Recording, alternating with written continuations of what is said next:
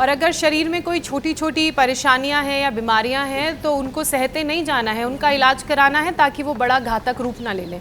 लेकिन स्वामी जी, कुछ लोग तो ऐसे भी हैं जो पहले से अस्थमा, एलर्जी, राइनाइटिस या फिर लंग्स इन्फेक्शन से जूझ रहे हैं, और जब ये मौसम बदलता है तो उनके लिए सबसे बड़ा खतरा क्या होता है? उन्हें अपनी दिनचर्या में कौन कौन से बदलाव करने चाहिए जिससे वो इन खतरों से बच सकें?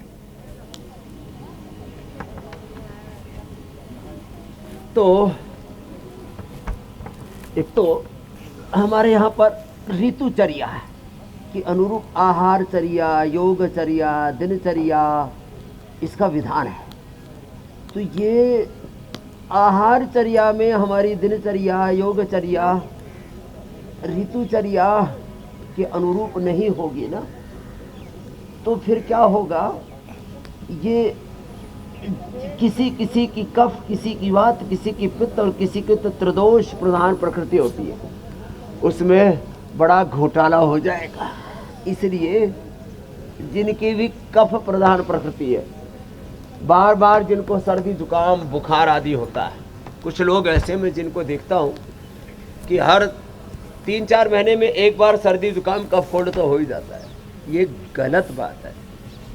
एक बार भी आपको सर्दी जुकाम ना हो और कभी जरा सा हुआ तो तुरंत उसको संभाल लें।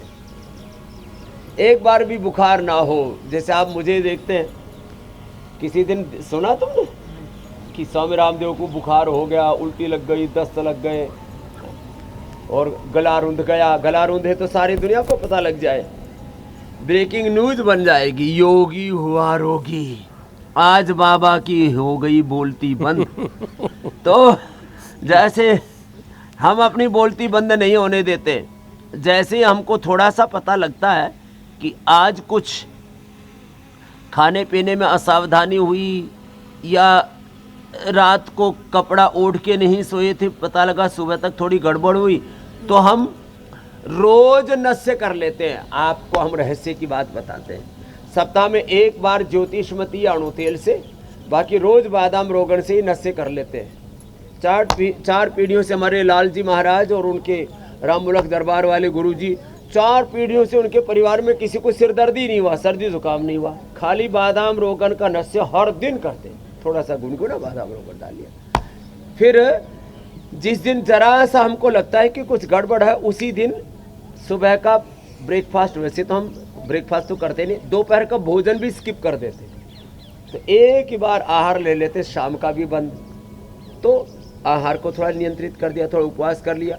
और जो चाहते हैं ना कि कभी उनको कोई प्रॉब्लम आए ही नहीं, तो जब ऋतु परिवर्तन का काल होता है तो उस संधि काल में यहाँ योगग्राम निरामयम, अभी तो थोड़ी भीड़ ज़्यादा है, 5-7 दिन बाद आना, योगग्राम निरामयम पतंजलि वेलनेस में आके पंचकर्मा षटकर्मा करवा लो। अभी घर पे रह करके, कल लोगों ने उपवास किया शिवरात्रि में, तो उपवास करो, क्योंकि उस समय ध्यान भजन पूजन आदि करना होता है, तो ज़्यादा आहार लेते हैं तो मन भारी रहता है, नींद आती है, प्रमाद रहता है, भजन अच्छे से नहीं होता। तो ऐसी छोटी छोटी बातों का ध्यान रखें, थोड़ा उपवास कर ले। और वात वालों को जैसे ठंडी और खट्टी चीज़ें, ऐसे कफ वालों को चिकनी चीज़ें, खास करके घी, तेल और ठंडी चीज़ों से, ठंडा पानी भी नहीं पीना चाहिए। मुलठी वाला या पंचकोल वाला, या उनको ऐसे स्वासारी काढ़ा डाल करके उबाला हुआ या दिव्य पेय उबाला हुआ, वही उनको पानी पीना चाहिए। अकेला पानी भी कफ करता है। पित्त वालों को तो गर्म चीज़ें नहीं खानी होती, जैसे शुगर वालों को चीनी, जैसे बीपी वालों को नमक। ऐसे अलग अलग बीमारियों में, जैसे जिनको बहुत ज़्यादा स्किन प्रॉब्लम है, उनको नमक और मीठा जहर का काम करता है। तो ऐसे कुछ ना कुछ परहेज भी करने पड़ेंगे। और ये सारी चीज़ें अगर आप याद नहीं रख सकते हैं, अब तो इसके लिए तो इन्हें लिख करके अपने घर में रख लीजिए और बार बार उसे देखते रहिए कि आपको क्या क्या अपने प्रकृति के हिसाब से किन चीज़ों से बचना है, क्या क्या एहतियात बरतने हैं, जो स्वामी जी आपको बता रहे हैं। अगर ये बार बार गलती आप करते रहेंगे तो फिर बड़ी मुश्किल होगी।